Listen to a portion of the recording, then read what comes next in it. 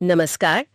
आज हम दो बहुत जरूरी बिजनेस कॉन्सेप्ट्स पर बात कर रहे हैं। हाँ, प्रॉफिट मैक्सिमाइजेशन और वेल्थ मैक्सिमाइजेशन। बिल्कुल, लाभ महत्तमकरण और धन महत्तमकरण।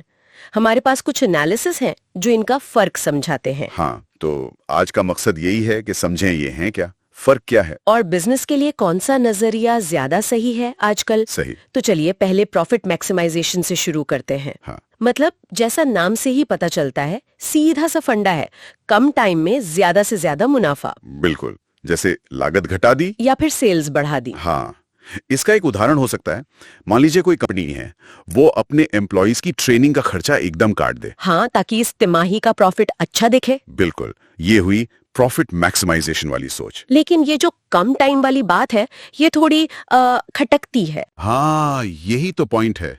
ये बहुत शॉर्ट टर्म फोकस होता है, मतलब इस महीने या इस क्वार्टर का प्रॉफिट। और इसमें रिस्क वो अक्सर नजरअंदाज हो जाता है। आज का मुनाफा बढ़ाने के चक्कर में शायद कल का बड़ा नुकसान कर बैठे। अच्छा, तो यहीं पे फिर वेल्थ मैक्सिमाइजेशन आता है। एग्जैक्टली, इसका गोल बिल्कुल अलग है। ये शॉर्ट टर्म प्रॉफिट के पीछे नहीं भागता। ये लॉन्ग टर्म वैल्यू पर ध्यान देता है, कंपनी की कुल कीमत। हाँ बिल्कुल, कंपनी की ओवरऑल वैल्यू बढ़ाना। और ये वैल्यू कैसे मापते हैं? शेयर्स की मार्केट प्राइस से। हाँ, वो एक बड़ा इंडिकेटर है।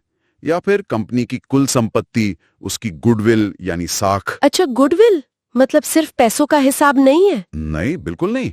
इसमें कंपनी की रेप्यूटेशन, कस्टमर का भरोसा, ब्रांड वैल्यू, ये सब आता है। तो ये एक ज्यादा बड़ी तस्वीर देखता है। सही। जैसे कोई कंपनी अगर एम्प्लॉय डेवलपमेंट में इन्वेस्ट करे या बेहतर टेक्नोलॉजी लाए, भले ही शुरू में प्रॉफिट थोड़ा कम हो जाए, हाँ, लेकिन लॉन्ग रन में उसकी वैल्यू, उसकी साख बढ़ती है। ये बात तो है। मतलब सिर्फ प्रॉफिट के नंबर पूरी कहानी नहीं बताते। नहीं बताते। और एक फर्क आपने रिस्क का बताया था। हाँ। प्रॉफिट मैक्सिमाइजेशन में रिस्क अनदेखा हो सकता है। हाँ बिल्कुल, क्योंकि फोकस सिर्फ प्रॉफिट पर है तो कई बार क्वालिटी से समझौता हो जाता है। या शायद नैतिकता भी हो सकता है। मान लीजिए कोई दुकान है, वो ज्यादा मुनाफे के लिए घटिया माल बेचने लगे। कुछ टाइम तो प्रॉफिट बढ़ेगा शायद। हाँ, लेकिन जैसे ही लोगों को पता चलेगा, ग्राहक भाग जाएंगे, साख खत्म। वही लॉन्ग टर्म में तो नुकसान ही है। वेल्थ मैक्सिमाइजेशन इन चीजों को पहले से देखता है, रिस्क को मैनेज करता है। और ये सिर्फ कस्टमर या मालिक तक ही नहीं है ना, इसमें स्टेक होल्डर्स की बात भी आती है। बिल्कुल सही। वेल्थ मैक्सिमाइजेशन का दायरा बड़ा है। प्रॉफिट मैक्सिमाइजेशन तो बस ओनर्स या शेयर होल्डर्स का मुनाफा देखता है। लेकिन वेल्थ मैक्सिमाइजेशन वो मानता है कि कंपनी की सफलता में सबका हाथ है, एम्प्लॉइज, कस्टमर, सप्लायर, समाज। अच्छा। हाँ, जब कंपनी इन सब का ध्यान रखती है तो उसकी इज्जत बढ़ती है, अच्छे लोग जुड़ते हैं, कस्टमर लॉयल बनते हैं। और ये सब मिलकर लॉन्ग टर्म में कंपनी की वैल्यू यानी वेल्थ बढ़ाते हैं। एग्जैक्टली। जैसे टाटा ग्रुप का उदाहरण दिया जाता है। वो लोग सोशल वेलफेयर, एम्प्लॉय वेलफेयर में काफी करते हैं। हाँ, वो उनकी लॉन्ग टर्म स्ट्रैटेजी का हिस्सा है। बिल्कुल। तो फिर इनको मापने का तरीका भी अलग हुआ।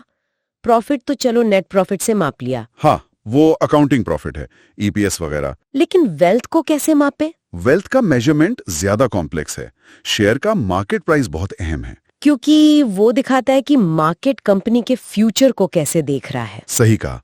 इसके अलावा return on investment, ROI, total assets और वो जो हमने कहा गुडविल। मतलब ऐसा हो सकता है कि किसी कंपनी का नेट प्रॉफिट तो बहुत हो, हाँ, लेकिन अगर मार्केट को उसके फ्यूचर पर भरोसा नहीं या मैनेजमेंट पर शक है तो शेयर प्राइस कम होगा और वेल्थ उतनी नहीं मानी जाएगी। बिल्कुल। अमेज़न का उदाहरण शायद यहाँ फिट बैठता है। शुरू में तो प्रॉफिट था ही नहीं। हाँ, अमेज़न क्लासिक केस है। वो प्रॉफिट के बजाय ग्रोथ, टेक्नोलॉजी, मार्केट शेयर पर फोकस कर रहे थे। और इन्वेस्टर्स पैसा लगा रहे थे। हाँ, क्योंकि वो उनकी लॉन्ग टर्म स्ट्रैटेजी और फ्यूचर पोटेंशियल देख रहे थे, ना कि क्वार्टरली प्रॉफिट। ये वेल्थ मैक्सिमाइजेशन है। मतलब एक स्ट्रेटेजिक फ्यूचर लुकिंग अप्रोच। बिल्कुल। जबकि प्रॉफिट मैक्सिमाइजेशन अक्सर शॉर्ट टर्म और रिएक्टिव होता है। तो कुल मिलाकर जो हमने सोर्सेज देखे वो यही कहते हैं कि वेल्थ मैक्सिमाइजेशन बेहतर है। हाँ, ज्यादातर यही निष्कर्ष निकलता है। कारण लॉन्ग टर्म सोच, सारे स्टेक होल्डर्स का ध्यान, रिस्क मैनेजमेंट और नैतिक व्यवहार को भी बढ़ावा। इसे ही बिजनेस की असली और सस्टेनेबल सक्सेस का पैमाना माना जा रहा है। हाँ, ज्यादा मॉडर्न और टिकाऊ अप्रोच है ये। प्रॉफिट मैक्सिमाइजेशन थोड़ा पुराना और अदूरदर्शी लग सकता है आज के जमाने में, खासकर लिस्टेड कंपनियों के लिए जहां शेयर प्राइस सीधे वेल्थ से जुड़ा है। बिल्कुल।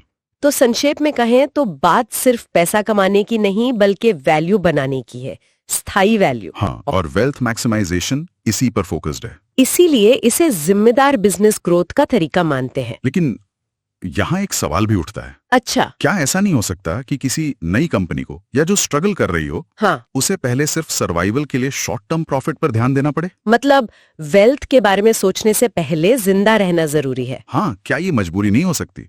और दूसरा, जो कंपनियां लिस्टेड नहीं है, हाँ, प्राइवेट कंपनियां, वो अपनी गुडविल के अलावा अपनी वेल्थ मैक्सिमाइजेशन को ठीक से कैसे मापें? ये सोचने वाली बात है। बिल्कुल, इन पर विचार करना जरूरी है।